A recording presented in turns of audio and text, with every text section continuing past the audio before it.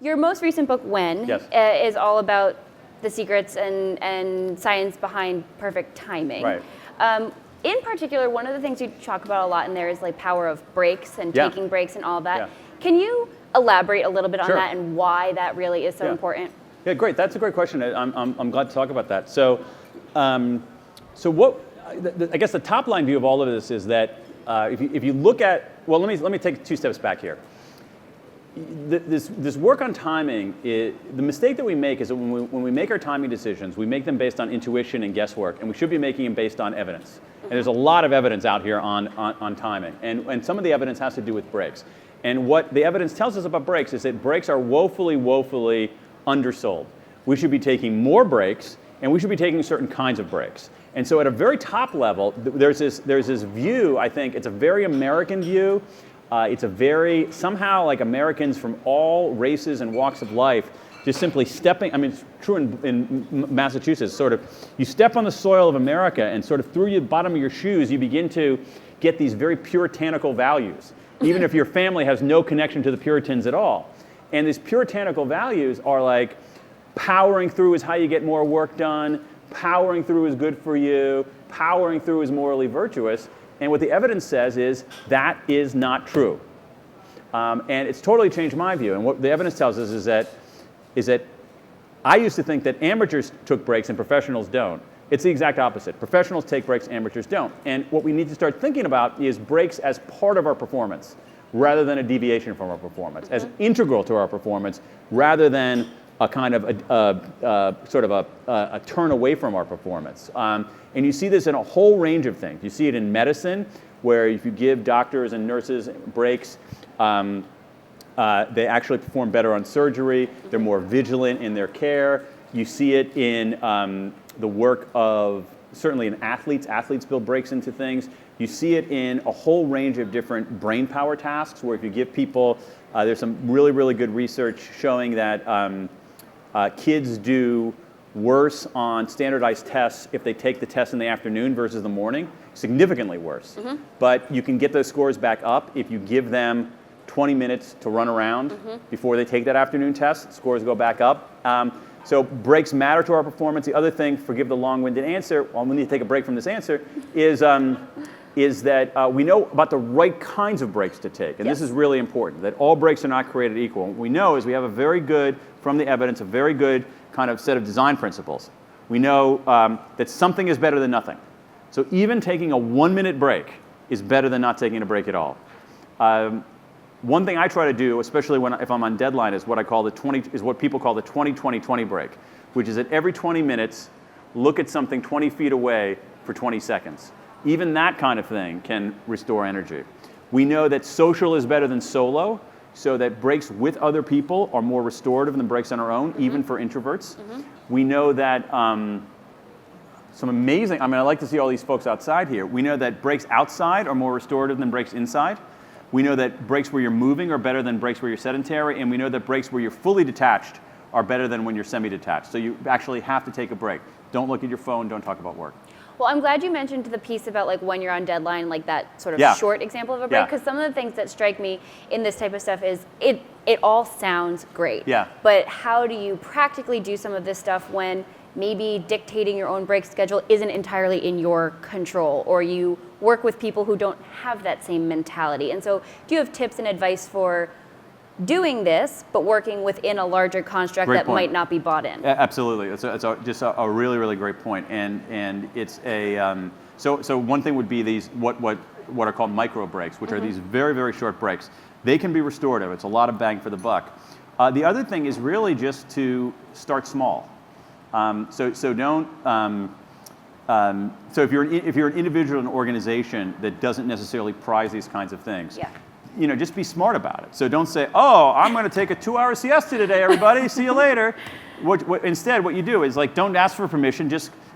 I'm convinced that if everybody in the workplace took each afternoon 15-minute walk outside with someone they liked, talking about something other than work, you would see gains in productivity. So just start small. And I think that the other point you make, Lauren, is really interesting too, about how in the maw of things going on, we sometimes neglect that. Yeah. And so one of the things that I've started doing is actually literally scheduling a break.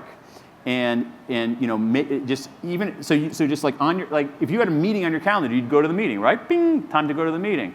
And so if you schedule like 3:15, 15-minute walk break, you start adhering to that. So start small and schedule it.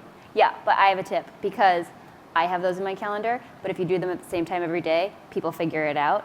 So you got to do them at random times. Good point. That's really good. That's really good. Because then they just book right over. Here's the other thing. Don't do it on Outlook. Just do it on your phone. Well, that's true too. Yeah. Similarly, in the book, there's also some science in there around like the cycles that we're all on, and some people being morning people and being productive there, some people being evening people. There's ratios. The question, though, is again like how do you identify who you are and identify who somebody else is and work together? Another great question. Yeah. So what you're talking about for the folks who haven't looked at the book is what's called a chronotype, which is basically a morning person or an evening person. It sounds a little like folklore. Is actually science. There's a whole field of chronobiology that studies this. Some of us are naturally wake up early and go to sleep early. Some of us wake up late and go to sleep late. A lot of us are in the middle. For yourself, there are instruments out there you can find online. There's something called the Munich Chronotype Questionnaire, the MCTQ. There's something called the Morning Eveningness Questionnaire, the MEQ. There's also a very simple back-of-the-envelope way to figure out your chronotype, and I could do it with somebody right here in 30 seconds if you wanted. Anybody want to have the? Okay, yeah. So, I saw. I'll go to this guy right here, and I just happened to see him first. Sorry about that. We can do you afterwards. So tell me your first name. Drew. Okay, so Drew. I want you to think about, this is what chronobiologists call a free day. A free day is a day you don't have to wake up to an alarm clock. You're also not exhausted and trying to catch up on sleep. You can just like wake up and go to sleep when you feel like it. So on a typical free day, when would you typically go to sleep? 10:30 or 11. 10:30, okay, so let's say 11. And then, and when would you typically wake up? Again, on a free day, you no alarm clock, you get up whenever you want. 7:30, okay. So I'm gonna go with 10:30 just so I don't have to do the halves. So 10:30 to 7:30, so that's 9 hours of sleep, 4.5. So what I'm trying to do is figure out your midpoint of sleep. So your midpoint of sleep would be 3 a.m. Is that right? Yeah. Midpoint of sleep would be 3 a.m. And here's what we know. If your midpoint of sleep is before 3:30, you're probably a lark. If your midpoint of sleep is after 5:30 a.m., you're probably an owl. And if your midpoint of sleep is between 3:30 and 5:30, you're in the middle. So you would be a lark, not a super strong lark. Does that seem logical to you? Yeah. Yeah. So you're better off doing like your more analytic work early in the day and your more insight work later in the day. Now, when it comes to other people, it's harder. And so, but I actually think that that knowing people's chronotypes can be really useful. So if I'm a boss, I'm not okay. First of all, like, how do you feel about working all-nighters? How do you feel? Yeah. Or how do you feel like having a boss who's like, okay, yeah, we're going to be here till 11 o'clock at night? Okay, all right. So Drew, you're the boss. Okay, so here's the thing. So suppose that you have somebody who is, anybody tests much more later in the day, more of an owl. Okay, so tell me your first name. Karna? Carla, sorry. So Carla's an owl. So suppose that Carla's in your organization, all right? She's an owl, all right? Don't make Carla come to an 8 o'clock a.m. strategy meeting, all right? So it's that kind of thing. So just knowing a sense of people's chronotypes, you can make some adjustments based on that. How do you feel about 8 o'clock in the morning meetings, Carla? Show up physically. Oh, show up. Okay, right. But Carla might be good at, like, maybe at 9 o'clock at night, you're feeling pretty good about stuff. So that's it. So it's just a matter of just knowing that allows us to make small decisions to do a little bit better. Yep. How did you come to this research? Like, how did you get on the topic of timing and when and writing that book? You know what? I was actually, believe it or not, I actually had written a proposal for an entirely different book. And then I realized how personally frustrated I was because I was making all kinds of decisions myself. Like I'm a writer. When in the day should I write? One of the things that I was really concerned about or interested in is like, when should I exercise? Is it better exercise in the morning? Is it better exercise later in the day? And I found myself, like, I was making these decisions and I was doing it in a totally half-assed way. And I said, there's got to be a better way to do it. And so I started looking around for some guidance, and it didn't exist. And so then I started looking at the science and said, wow, there's a lot of science here. And I was like, this is a book that I wanted to read. No one had written it, so I had to write it myself. Is it I basically had to write this so I could read it. Love it. Yeah. Is it possible to get too bogged down in the science of like, I have to work out at this time because that's when the only time it's going to be good for me and like all of that? Yeah. Do you have advice, I guess, to not fall into that trap? Yeah, I mean, I think that what you want to do is I think in general, when it comes to how we lead our lives, and this is, it's interesting that we want a mix of kind of loose and tight. So we do want to have some kind of structure in our schedule. But so for me, it's like, I know that I'm better off, for me, getting to my office in the morning and maybe like at 8:30 or so, because I'm larky, but not as strong of a lark as say Drew. So 8:30. But if I get to my office at 8:40, it's like, I'm not going to spend the next 20 minutes beating myself up on that. You know, Right. It's like, okay, yeah, we're going to aspire to do that, and you don't want to be overly rigid, but you want to have some, you want to have. So if you think about, let's take exercise. So if you're better off exercising in the late afternoon and early evening, if you miss a day or two,